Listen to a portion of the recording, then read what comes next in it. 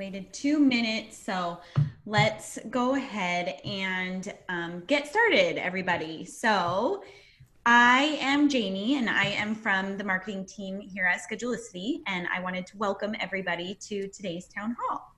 So today we're really excited because we have Shannon Crow here, the host of the Connected Yoga Teacher podcast with us, and she's going to be giving us all the insights and advice to reopening. So we're really excited to hear from her. There's a few housekeeping items that I want to discuss before getting started. So really quick, if you are not a Schedulicity business, or you are and are looking to check out some of our add-ons or some features that you haven't checked out already, you can sign up at essentials.schedulicity.com/sign up. And we are waiving all of our fees until September now. So if you haven't heard, now is a really great time to do that.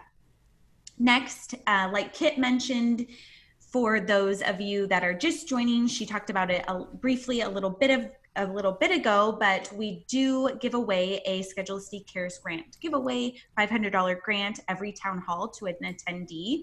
So Kit, do you want to jump on again and let everybody know how to apply for that?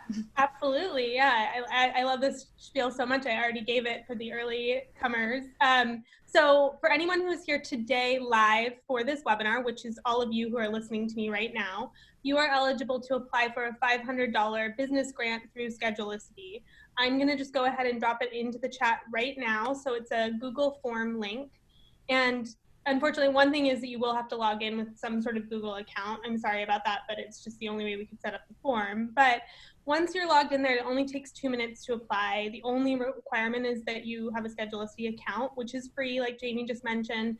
And like I said, I mean, right now we have 32 participants. So, you know, there's a 1 in 32 chance that you could win a $500 business grant today. So I highly encourage you to apply. Some of you also heard me say this already, but this is part of our ongoing Schedulicity Cares grant program, which we've been doing for the last couple of years. And at the start of the pandemic, we shifted our focus a little bit so that we could give more grants away to more people. And we do award 3 $500 business grants a week separately from these webinars. So if you don't win the grant today, which is chosen at random, there are 3 other opportunities every single week to apply.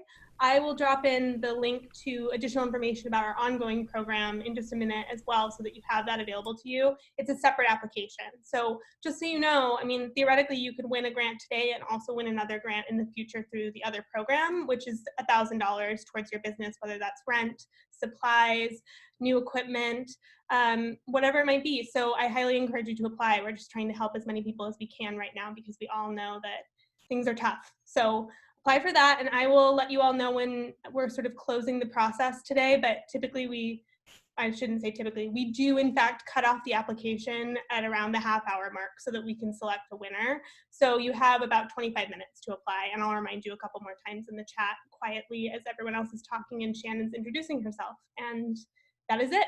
I will talk to you all in a bit. Thank you so much, Kit. See, Shannon, she's really good at her job. She's here every week, so come back and apply every week.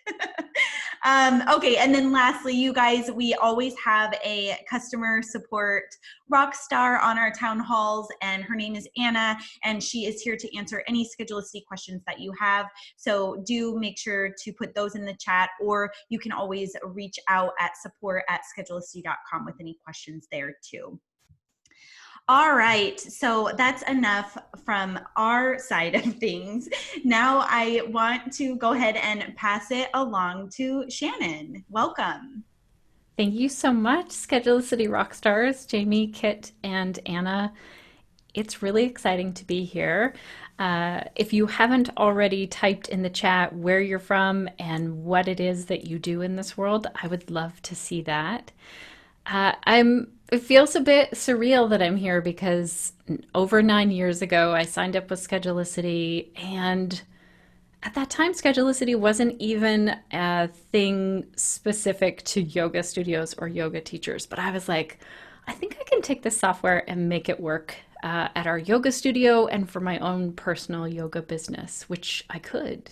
And then I got talking with some of the Schedulicity team over the years, and I talked about them so much that they became the sponsor of my podcast because I was already telling yoga teachers how amazing they are.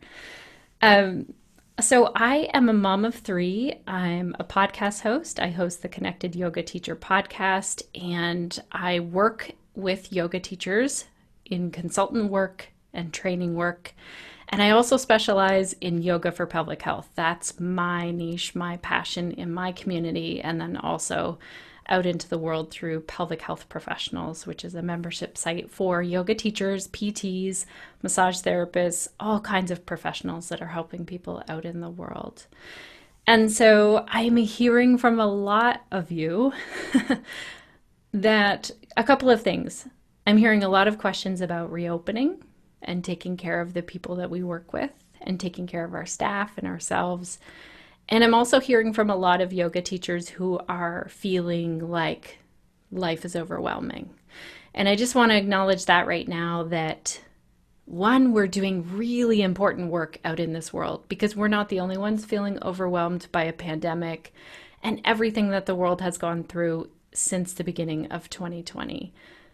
Our people that we work with are also feeling that way, and we help them. We are like frontline workers in emotional and physical health so often.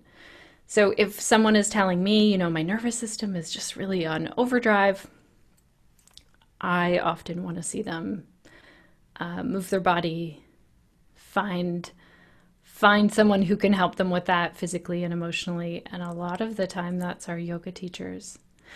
So this is why it's super exciting to talk about reopening. I also want to tell you that I am really lucky and very blessed to live in Canada in this place way up in the sticks. And I mostly work from home. So I was mostly working from home anyway, teaching yoga virtually via Zoom like this, one-on-one. Because we get a lot of snowstorms up here, because my drive to different people is kind of far away, and I was already working online a lot with people from around the world. So I do want to tell you that because you may hear at some point like me saying, well, you could just teach online. So I just want to let you know that that's one of my perceptions that doesn't work when your students want a group class in the park or in their studio, and they just thrive on being together. So an example of this is my partner is also a yoga teacher, and his students are missing that connection so much and he has said he's teaching online because we're following the social distancing that we need to do here in Canada.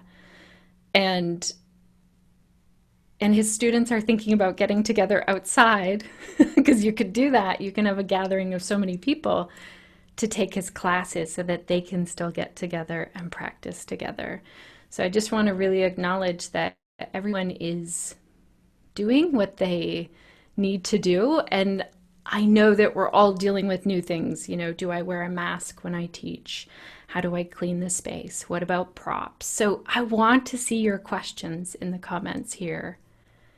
And I also want you to know that I went to the store for the first time in 3 months. So I just want you to know that about myself as well, that I'm like, oh, stay at home, work from home. Okay, I can do that. So if there are any questions, you can keep popping them in the chat. And otherwise, I'm going to go through some key points that I think are really important considerations. So the number one thing to start with is communication.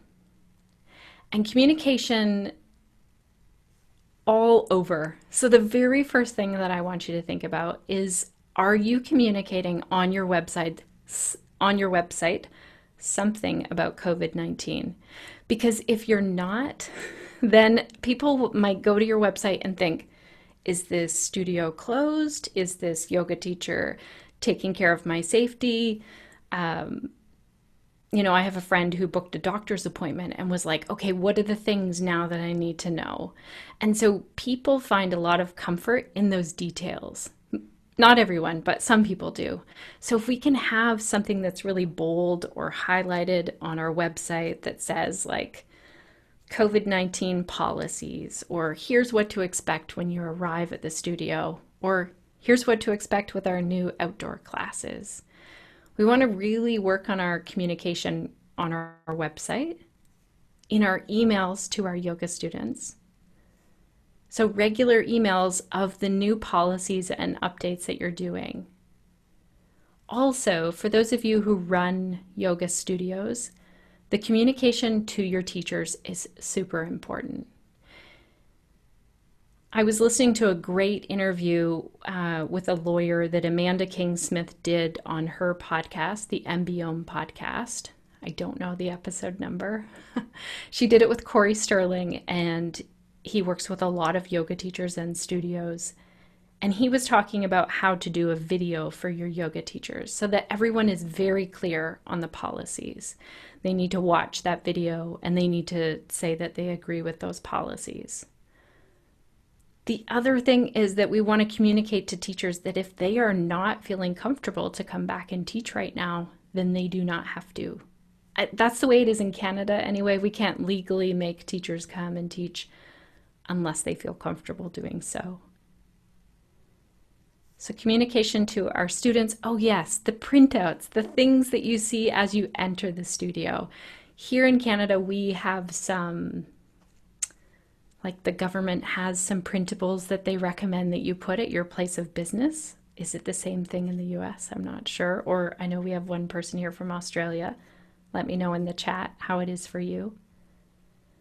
And so those are just the policies, like I know here it's if you've traveled outside the country for 14 days, if you have a cold, if you have a fever, all of these things listed out. And these really bring that, that sense of comfort for people who are checking, like, is everyone following the procedures that they need to here? And there is no way that I could give you a list of like how you need to clean your space. There are some huge considerations, but communicating that to your students is important, and every state or province should have guidelines for you, and you just need to check those and make sure that you're up to date on those. And if you're wondering, check also maybe with your legal team if you have one, or have a listen to that episode with Amanda King-Smith, and also with your insurance company. So my insurance company here in Canada is super helpful. I use Lackner & McLennan because they have a policy that allows me to teach online, pre-recorded or live. So this is super important. In the United States, I think it's Yogi that does that. There might be other insurance companies as well. So check in and communicate with your insurance company and a legal friend. Okay, someone's already saying be yogi, they're great. This is the communication piece. I'm curious to hear from people in the chat or in the comments here. How is it going with your teaching? Are you teaching online still? Are you teaching online and in person, or 100% in person? I did a quick poll today in the Connected Yoga Teacher Facebook group, and I saw that most people are teaching online. The next chunk of people are teaching a combination of online and in person. And then some people also, I polled them to see who's taking a break. There was a small percentage. So it was, the very top one was online. So we're still teaching online. Hats off, and I want to know from anyone here who's teaching in a studio, teaching online and in person at the very same time. Because that is something, like, no one taught us in our yoga teacher training how to set up Zoom, get that all ready to go, and then teach to live people as well as to the computer and the people who are watching online. So I just want to acknowledge that this is a lot coming at us. I would love to hear if in that, tech challenge, if some of you have figured some things out, and also if you have questions about that. So that was the communications piece. Follow your regulations. I am like a rule follower. So when the government told me stay at home, like I said, I had no problem doing that, but I do miss people a lot. So I love to see all of your faces here. It's really nice. I had some questions from yoga teachers asking me about PPE. So I work in a physiotherapy office. Hands up for those of you working in a massage office or a physiotherapy office or working one-on-one quite close with people.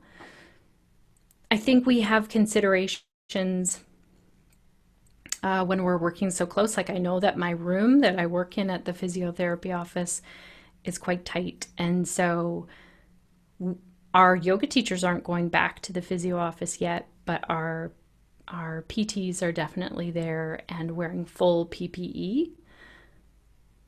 And this is one of the things that we need to think about. Do we want to show up here in my area? It's a mask and then a full face shield.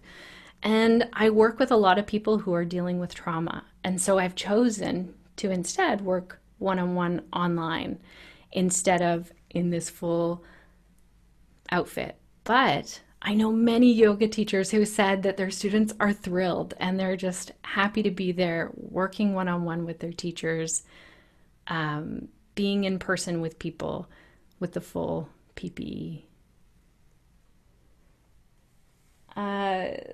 Props. Any questions about props? So we looked at this as we started to close our studios down all across the world. How could we put covers over props? How could we wipe things down? How could we clean things? The one thing that I would say is a big consideration, because I work with a lot of yoga teachers who are in a shared public space, is that you need to know how that space is being cleaned. So let's say you work in a church basement. That was many years for me teaching. And you'd have to know then how everything is cleaned or be prepared to go in and do that full clean at that space. And that's where you check in with your insurance company. So Jill is saying that she did a demo meditation class with 3 people and had difficulty speaking well through the mask. I'm curious to hear from anyone in the chat what you've done to be able to talk through a mask. I went to the store the other day, ordered some paint, and felt like my communication was hindered just with that. I know some of our yoga teachers have the rule of wearing the mask into class, and then everyone stays their distance apart and takes their mask off while they're on their mat.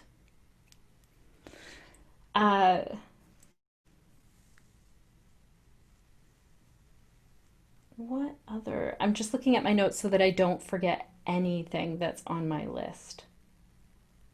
Yes, our studios that have front desk people. So this has been a question of mine of how we're looking after our front desk people, because I used to be one. So at our grocery stores here, and I'm guessing it's the same in the US, we have our plexiglass protection for those people who need to be taking debit cards, credit cards, cash, and checking people out.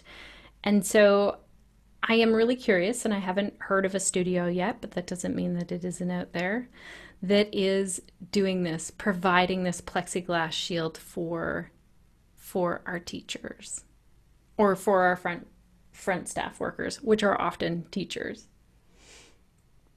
Yes. And then the other thing is how can we reduce that? So I've heard some great things from yoga studios who are limiting this interaction or decreasing it in whatever way. So this is where Schedulicity is like my favorite tool because everyone can register for their class before they get there, and then you can quickly, like as a teacher, you can check them off. So how much can you make this as an automated system? The other day, I was going to play around with my settings a little bit in Schedulicity, and I'll tell you why in a moment. And I saw that there's the option to put the waiver in there. If you're teaching your in-person classes, people can fill out the waiver, they can register for class, they can pay for class. So you can set that all up before someone, comes to the park or comes to the studio, wherever you are. Let me tell you about my favorite thing, especially for our Schedulicity team members here. So because I teach online, I'm always looking for ways to automate that. And up to this point, I have people register and then I send them an email. So I look at each week, I send them an email, a personal email to say, here's your Zoom link. I make a special Zoom thing, and I can bug Schedulicity right now. Let's all vote that we want Zoom integration. It's not there yet, but the one thing that I love to do is to take a software and see how can I make it work. So what Schedulicity does have is I can customize the email that reminds people. And so what I've done now is I've put two things in there. I've put a time zone converter, which a lot of you might have seen as you were signing up with this through Eventbrite. And already people, Zoom integration. And the next thing I did is I put my personal Zoom room in there. And I've been really reluctant to do this, but Zoom is increasing their security so that now there's a waiting room. So I can look and see it's only one person meeting with me. I don't think I would do this with a group class online unless it was like under 12 people. I think you could do it. If you had a registered session, you knew who was coming each week, you could let them in through the waiting room, and then you can also lock the meeting on Zoom. So what I love right now is that I've just decreased my need to email everyone. So I've made this into this automation through that reminder that goes out through Schedulicity. So that's something that I'm excited about. Also know that if you use Schedulicity and you think, oh, I really wish this feature was here, or I'm having this issue, so often I have just sent them a quick chat to say, hey, here's one of the things that I really wish was part of Schedulicity. And lo and behold, it gets added over the months or the years, things get added to the list, and definitely it improves constantly. I think that's it, but I had a couple other questions. So I talked about the PPE. Oh, yes.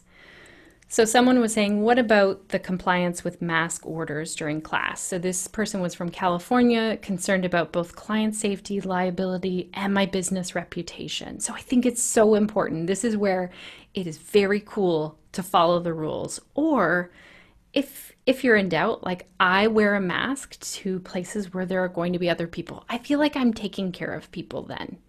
I feel like it's a respectful thing to do. If I sneeze, I want to have a mask on. You know how you just sneeze and then you're like, oh gosh, that came out quicker and I couldn't catch it with my elbow. So I feel like I'm taking care of people when I wear a mask. That's my own personal thing.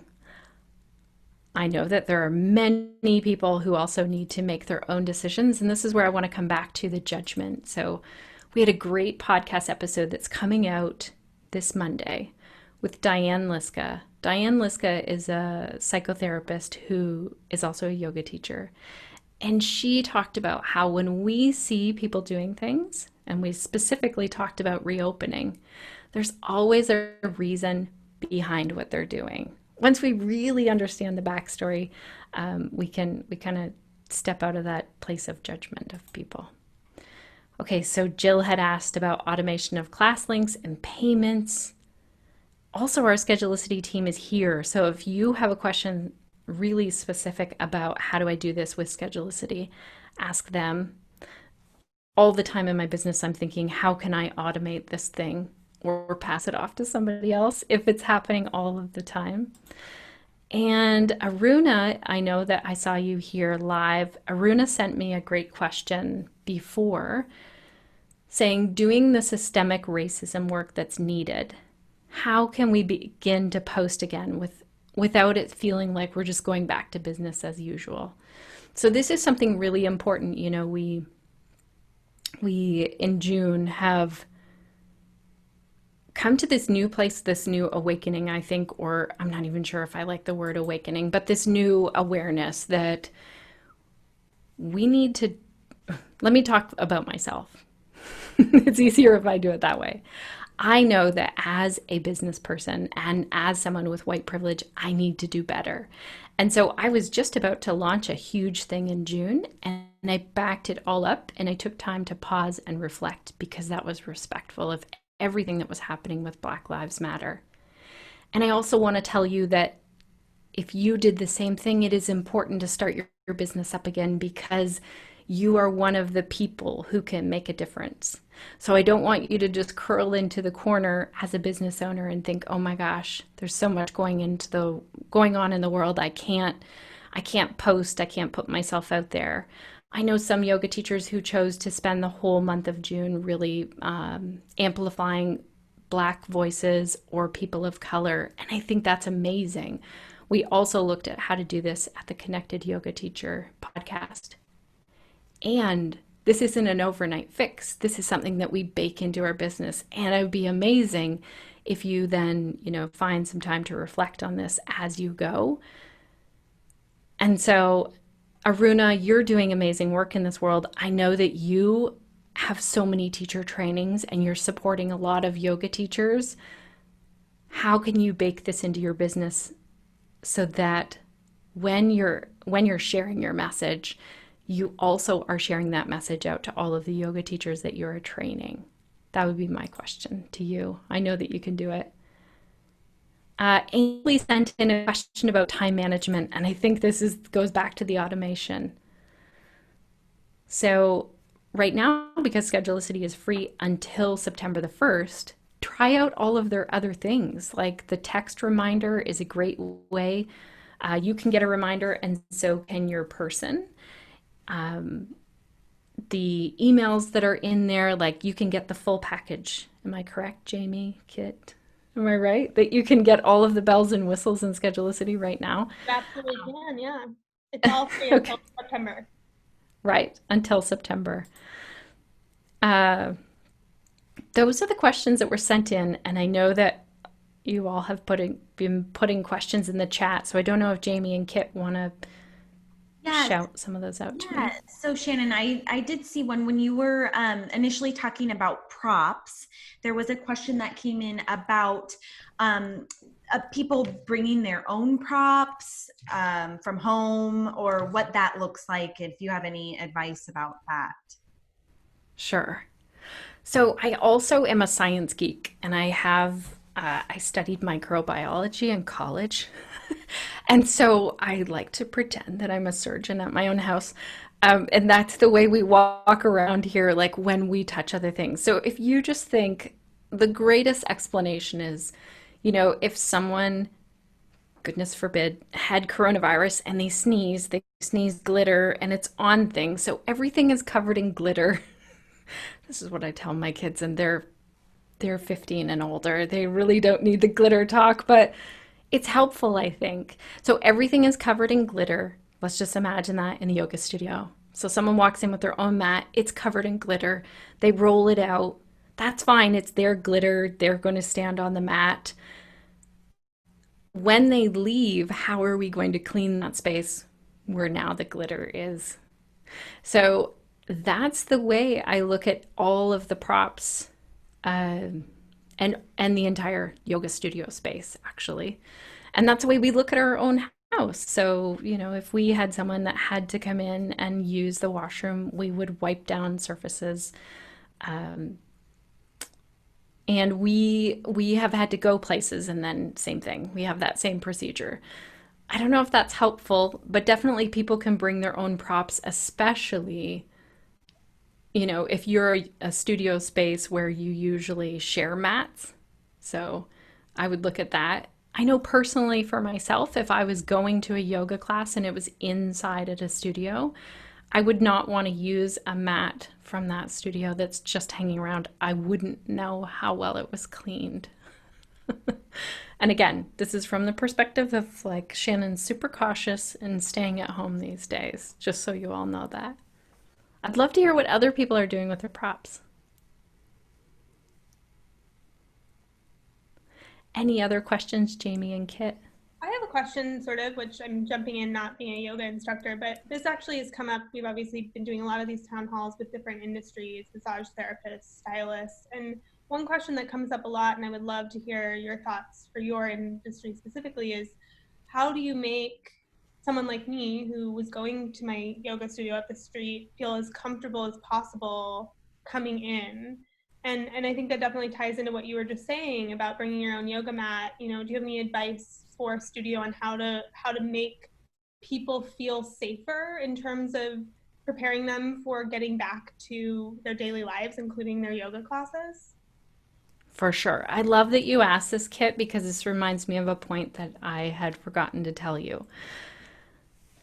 We need to assume that everyone coming to our class has heightened anxiety about coronavirus. Because if we assume that, then we're going to take care of our people in the best way that we can. So in that communication, ask your students, what would make you feel really cared for, and what do you need to feel safe coming into this space?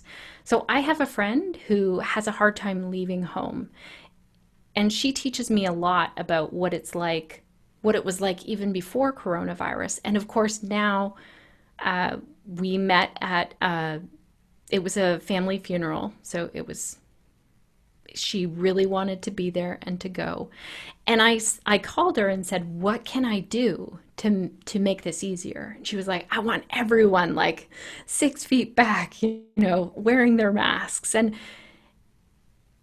the thing is we can really care for our students. So giving them the option to stay at home if they're not comfortable is a great way. If we can teach both in person and online at the same time, or offer in-person classes to those people who really want to meet up in person, and then still have online classes as well if it feels like it's too much to do the mix.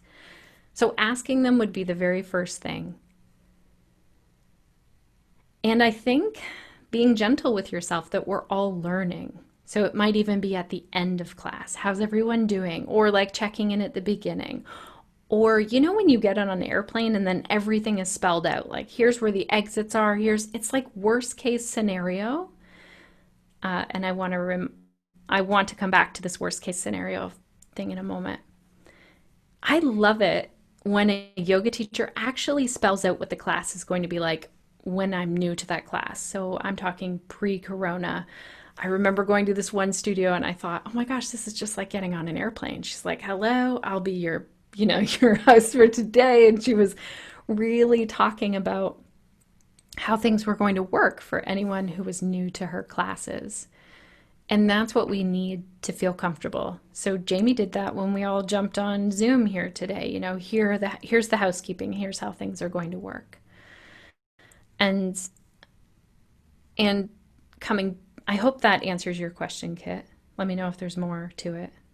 No, that's great. I love hearing about it from, it's so different for all of you where you're talking about group fitness versus a haircut or something where a lot of our industries are one-on-one. So that's really insightful. Thank you.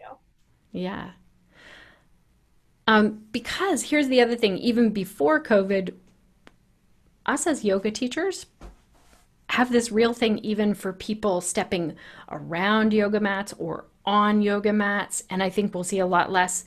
But I just can recall back going to yoga classes in person in studios, and someone would step over a mat and they'd be like very offended that someone would step on their yoga mat. So these type of things, I think it's important that we're calling these out as much as possible to let students know. And the planning for worst case scenario. So this is the way I find comfort in my life.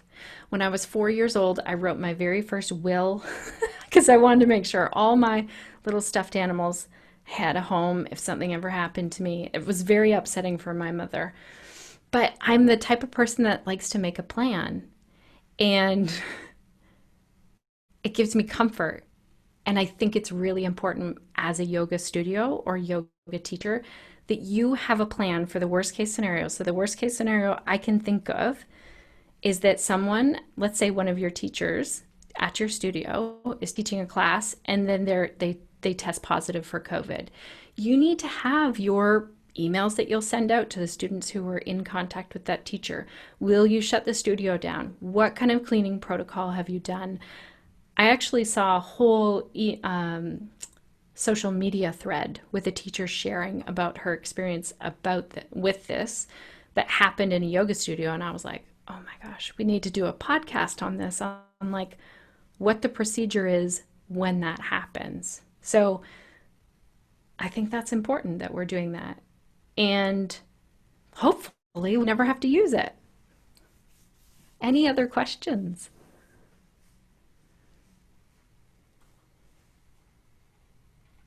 So like Kit mentioned, you guys can raise your hand and ask Shannon your question personally too. I'll just unmute you at that point, or keep the questions coming in the chat. One thing that I don't know that we touched on, I know you spoke about instructors and teachers wearing their masks and the PPE, but what about the students? Have you had any experience or know what studios are doing as far as regulations and controlling their the clients wearing the masks or Right. the participants? So I work with some studios that never shut down and aren't wearing masks at all. So I just want to call that out. There are some studios that like have never stopped going around the world. Other studios, there's one in Alberta that I know of where everyone is asked to wear their mask, but really no one is wearing their mask there. So I think this is important if we, put these procedures in place, that we have a way to follow up with people about them. And I know that for some people, we're going to find kickback with that. And so find out what the regulations are in your area first. Like, that's the main thing. You need to be following what your state or province says. I know I watch the news a lot, and I know a lot of yoga teachers don't want to watch the news. But for me, it's important in my industry to be watching the news. So I watch the news both in the US and Canada, and another worldwide one because I want to know what's happening for our yoga teachers around the world. And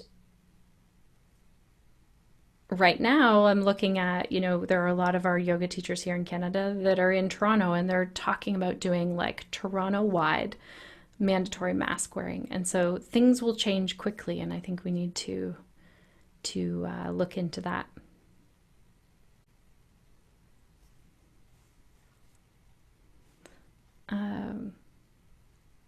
Caitlin, I love that you're commenting that you hadn't heard of people making that plan if you do have someone. So I know that you have a lot of nail salons and hairdressers.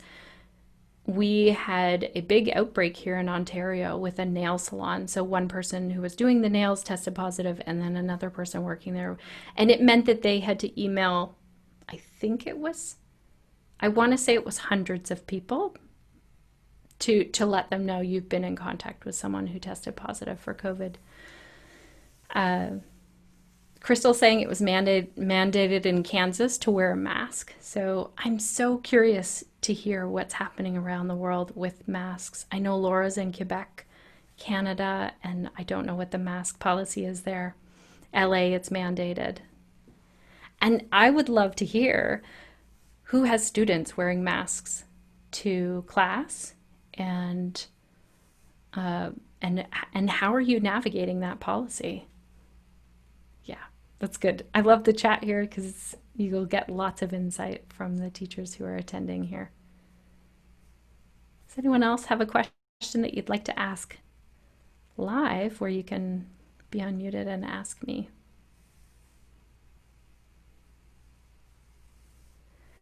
Cindy has a really good point here. Some of our students who are maybe in more experienced bodies, is one way to say it, they're not feeling like they want to rush back to class. And so this is why it's super important that we find ways that we can meet with them online. Shannon, it looks like Crystal has a question, so I'm just going to go ahead and unmute her. It just so happens I think there are a couple of screens, but I saw a hand, so I was like, there we go. There we Great. go. I'm trying to unmute you. Maybe, oh, there. Are we there? Can hear you. Thank you for coming here. I follow your podcast and I was really excited for you to come here, and you actually brought me to Schedulicity, so I'm extra grateful for that. It's great to meet you, Crystal. I have a unique position. Here in Kansas, SUP yoga, stand-up paddleboard yoga, is considered a socially distant activity. Yes. Therefore, my studio is the only studio that is performing, or that has been performing since the closures. So we hold a unique position where we do require the mask with any on-land instruction, but our students are far enough apart.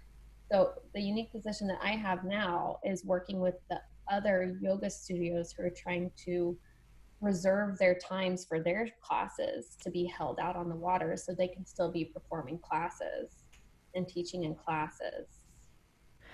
So the unique position you have is that your studio is doing this, and then they want to get out on the water as well, but they weren't teaching SUP yoga before. Is that correct? Right. So, And the water is not owned by anyone. no, That is a really unique position. What do you think is like a good plan? I don't know. You know, one thing I just want to say is like collaboration over competition wins I hands agree. And down that's, every time. I'm here creating a yoga festival for Lawrence, Kansas. So it's kind of a key piece to be able to collaborate with all of these studios around here to build that yoga festival. Yes. So I feel like it's kind of a part for me to bring yoga to the community in a way that people feel safe. The requiring masks, and the yoga studios around here have been doing the yoga in the parks, but we just had a mandated mask as of tomorrow, where everyone June 3rd, July 3rd, that everybody will have to be in mask. But our county started today or tomorrow with that. Right. So it's going to be interesting when it comes down to these yoga studios, because they have all been requiring their people to be a 1 in, 1 out with their mask on, and then being able to take them off in the studio. Right. I'm so curious to how you do this, but I feel like, you know, hopping on a Zoom meeting, when you have your schedule set and you are doing it, I see the issue because your students know what time your classes are at, and they're planning on going there. Can you say like, here's our schedule, all the other times are open, or do you start to give up some of your time slots, or is there enough space out on the water that you can like stagger the groups and get them out there? Right. So in order to keep it the socially distant aspect, we have 10 boards, so we can only do 10 people at a time. And even at the smallest gatherings, I think we're 6 people could be congregating in one area. So the lakes, we are in between 3 major lakes, and I guess 2 major lakes, and then a handful of tiny lakes throughout. Sorry, I have no clue where I was going with that. I went on a tangent and I forgot where I was That's okay. That's okay. I think it's so unique, and I would see how you can connect with those other yoga teachers, especially because it will pay off down the road. Like it really does when you start to work with the teachers that are around you and the studios that are around you. And are you like, then are you teaching a SUP teacher training? The next thing. Well, the podcast that I listened to of yours today was how to register a teacher training. So, and listening to, I forget their names, and their program to register that. I have not reached an experience level 200. So I don't know how to go about scheduling or offering a SUP yoga certification. I wonder if that was with Aruna, who's here, and if it is, you both need to share your emails here in the chat. I love to make connections and chat about yoga teacher training. Shannon, you have another question as well. I don't want to interrupt, but if if you like, I can also unmute Laura. It sounds like she maybe had a couple of thoughts on this topic as well. Yay. Okay. Let's see. It's like there's a lag on mine. Laura, I think you're unmuted now. Can you hear me? Yeah, I am. Perfect. I can't talk long because I have to run off to teach a yoga class. So I just wanted to add, though, because it kind of ties into the same thing that Crystal was talking about. So I have just begun teaching again my outdoor yoga class. Shannon, you know about it. I teach on a covered bridge. It's a really unique place. I teach on a covered bridge over a river.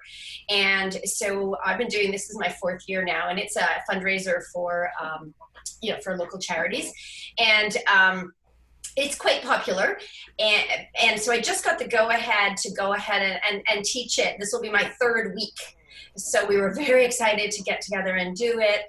Of course, we're social distancing. It's outside. Everyone brings their own mat. No, it's by donation. I have a basket. They put their money in. I don't touch anything. I don't make change. They can e-transfer me if they prefer. A lot of people prefer to do that, to make their donations. And I have my hand sanitizer there, and that's what I'm doing. And people are so happy to be back together. And none of the studios where I live are open. Like for indoor. So I'm in Quebec, but I'm just on the Quebec-Ontario border. The protocols are subtly different. Quebec is a little more opening up a little bit faster, which I don't really think is a great idea, but whatever. Government. And so I'm comfortable teaching outside on the bridge because it's a big bridge. I have to teach really loudly because they're far away from me, but which is probably the same when you're on a lake as well, right? And then I'm going to be starting next week teaching like outside in like at a studio that I teach at, but outside in their back garden.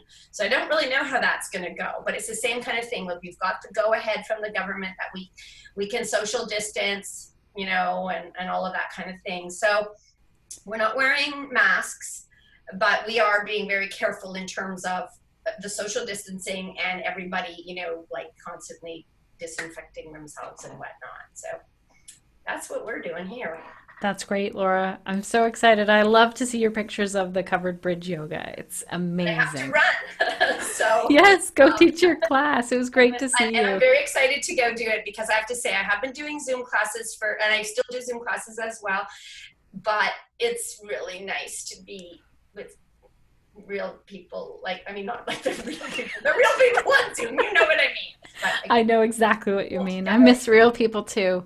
We were the first night, it was ridiculous. People were like, almost overcome just to be back together again. It was really interesting. Yeah. Yes. Yeah. So anyway, I'm going to run. Thank you very much for this, and good luck to everybody moving forward. Thank you, Laura. Thanks, Laura. And Shannon, I think now would be a good time to do the grant giveaway. And then if people want to hang around a little bit after that with any lingering questions, we can kind of end on that note too. So Kit, do you have the winner? It's popping in all over the place today. I do, in fact, have today's winner for the Schedulicity Cares grant. And I'll do a little drum roll and shake my screen. The winner is Kimberly Edwards with Your Yoga Concierge of Arizona. And Kimberly right now is teaching yoga at low-income senior housing. Oh, I'm sorry, she teaches yoga at low-income senior housing. Since she can't obviously currently do that, she's been working on teaching Zoom classes. So congratulations to Kimberly. You have officially won a $500 Schedulicity Cares business grant. And Hannah, one of our coworkers, will be in touch shortly via email to get you all set up. But again, fantastic. Congratulations.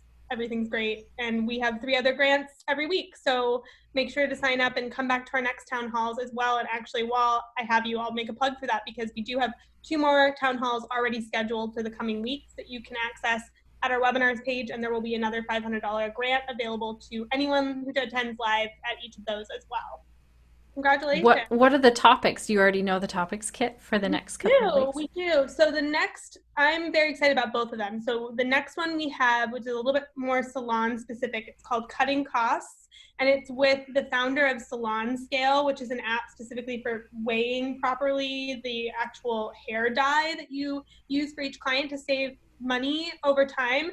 But she's going to be talking about other ways to cut costs in general. So it is technically for stylists, but it's not really. What we've been finding with all these town halls is that they're really useful for talking in general about hacks and sort of financial issues and how to save money. So highly recommend that. And then I'm also very excited. We have Cassie Kurtz rejoining us. So she is a Brooklyn-based barber. She also runs a nonprofit that seeks to get more women in the barbering community. She's obviously been shut down in Brooklyn for a very long time and is still shut down. And so she is incredibly insightful in terms of just figuring out your finances, and she'll talk a little bit about that. But in 2 weeks, she'll also be talking about building your brand. So she's going to talk about the actual process of creating a brand for both her barbering business, but also for her nonprofit, and how to build an audience around that brand. So that'll be really great for anyone who's spending some time, this sort of extra time at home, working on, revamping your website and what your actual visual brand looks like across the web and everything like that. So I highly recommend them both. That's amazing. Yeah.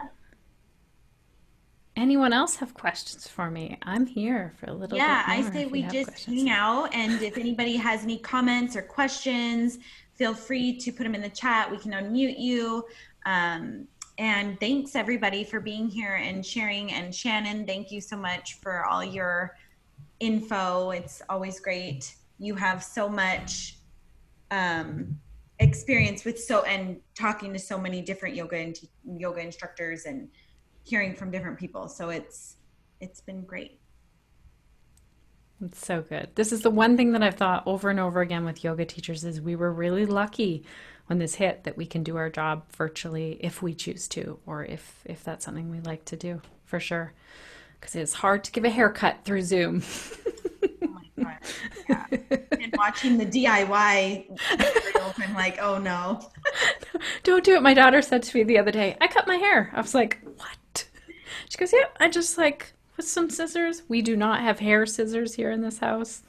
She did a good job. Shannon, a question came in from Kate that wanted to hear some best practices for park yoga.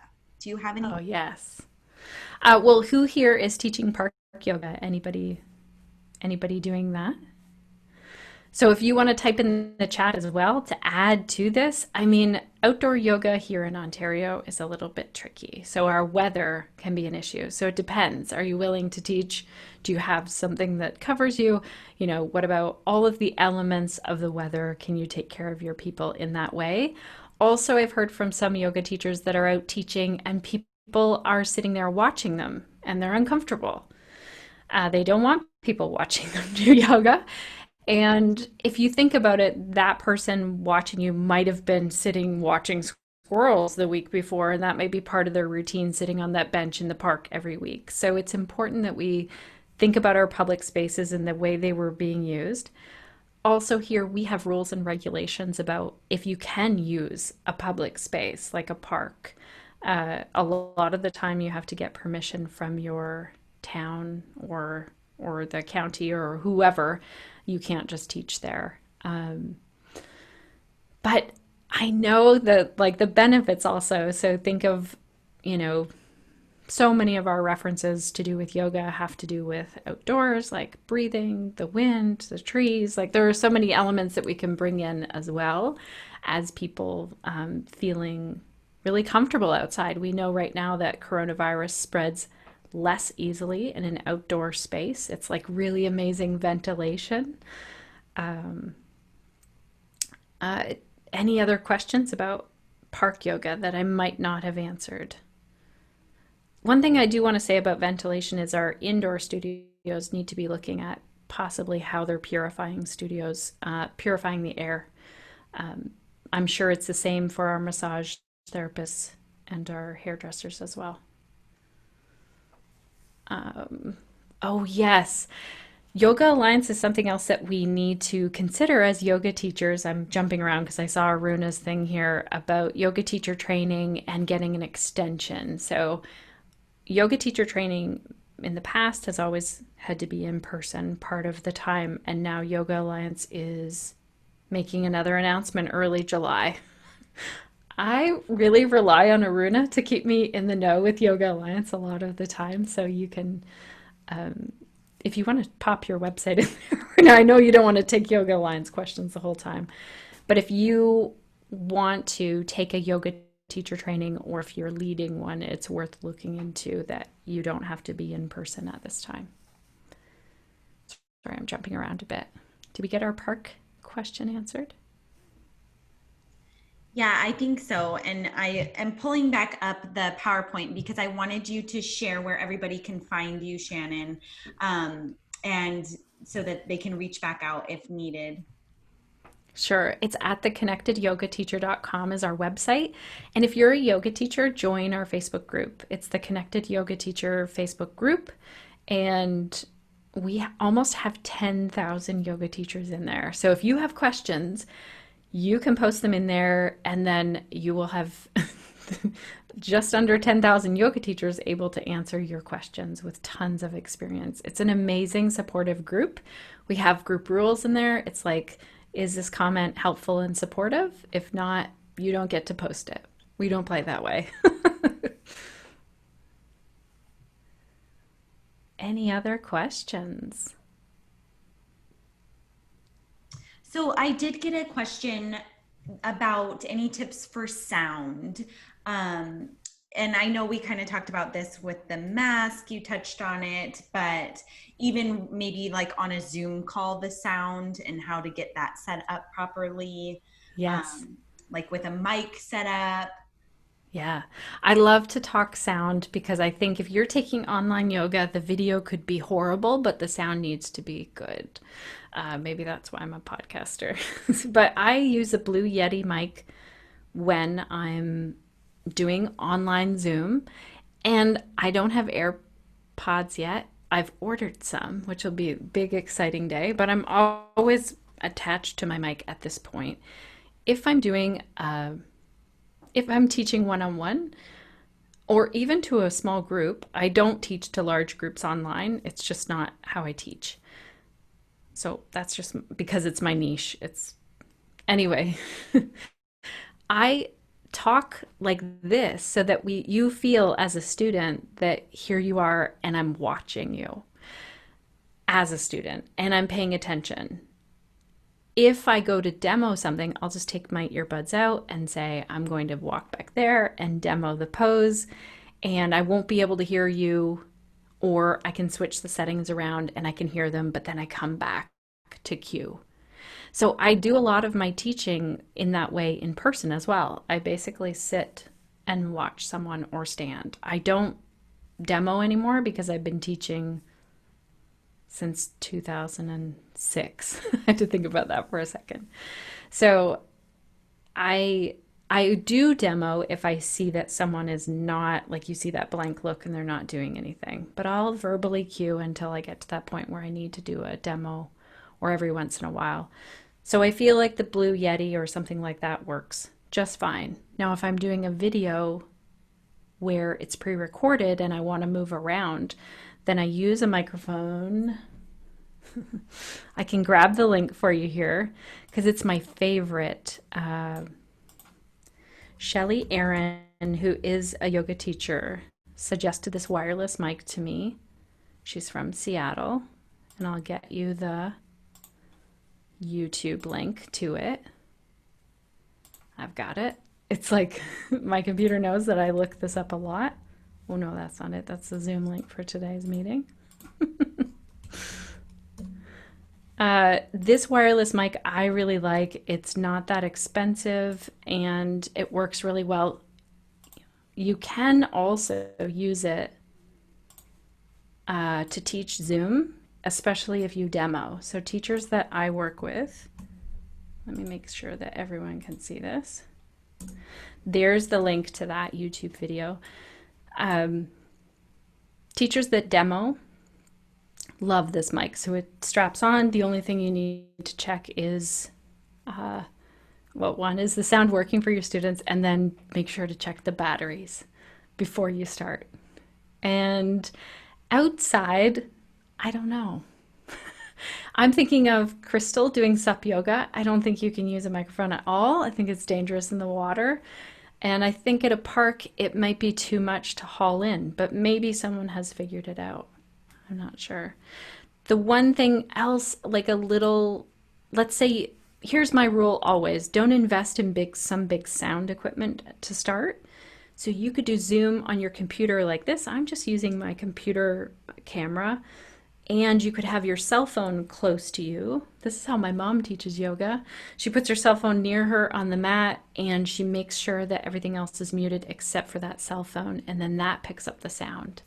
So there's some really cool ways to do that. Yes, someone else, Kit, saying like you can get someone else to do the demo.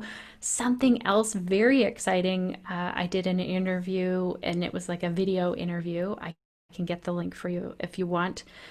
Manu, who teaches in Bangkok, showed us how he uses a video as his demo. So just like you have the slideshow here, you could share a video at the same time. So that's your demo and you're talking while you're doing it online. I also love to geek out about technology. So science and technology. Sound questions, computer software. Any other questions about that? This is kind of switching gears, and I think this will be the last question, but Jill had a question about any resources you have for templates on actual COVID safety language. So you did talk about, communication, letting your clients know about all of that, but is there any specific language that you have or you've heard of that is working well? That's a great question. I don't have any, but this makes me think that's something that we could definitely look at as a resource. So we do have a link in our Facebook group. We have a link for any COVID resources. It's in our, how Facebook in a group lets you put like your announcements at the top. And that would be a great question for a group. So you basically just say, hey, who has like a studio policy or a studio email that went out with some great language taking care of people's safety? And if you feel shy to ask that, I'm happy to ask it. And then to ask people to copy and paste it in there. This is a great idea, actually. I might jot this down. To ask our teachers.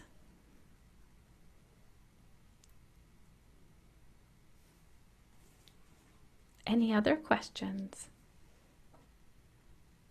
Oh, Crystal says she can read mine. Crystal, if you're in our Connected Yoga Teacher group, then you can also, or like you're going to read it out loud, or you, yeah? Crystal, I unmuted you if you'd like to share. Oh, but you're muted there, I think. I might have unmuted her at the same time, Jamie. I'll stop. Okay. Mine is just in my liability release form, and it's just one of the highlights that says all persons residing in my household and myself have been healthy, fever-free, and showing zero signs of novel COVID-19. Novel COVID-19. And the legal team said that was fine. Yeah, I love that you had your legal team look this over. My insurance company here said, we don't have any policies on this. That's what they told me the last time. They were like, we're just looking at it case by case. And I thought, yeah, so I'm not teaching in person then until you come back with something else for me.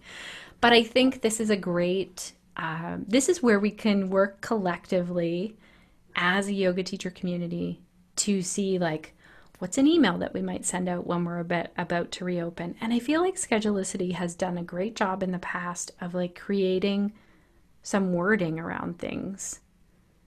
Yeah, I wrote a series of email templates earlier on just for communicating with people in general, and I can definitely drop that. I dropped the link in earlier into the chat, but I can drop it in again. But what I would say is we chose not to write a specific template for these kinds of policies for exactly the reasons that Crystal was just mentioning, that it varies from city to city. And I mean, I'm again in Los Angeles, so it literally is varying from day to day. It was like 48 hours ago, I could have a glass of wine at a bar, and now we're back into full lockdown. So we decided that it was just too difficult for us to feel comfortable giving you that kind of information. But Yes. I will say that this is making me think that one thing we can certainly do is outline some different areas that you should consider including and covering in your policies.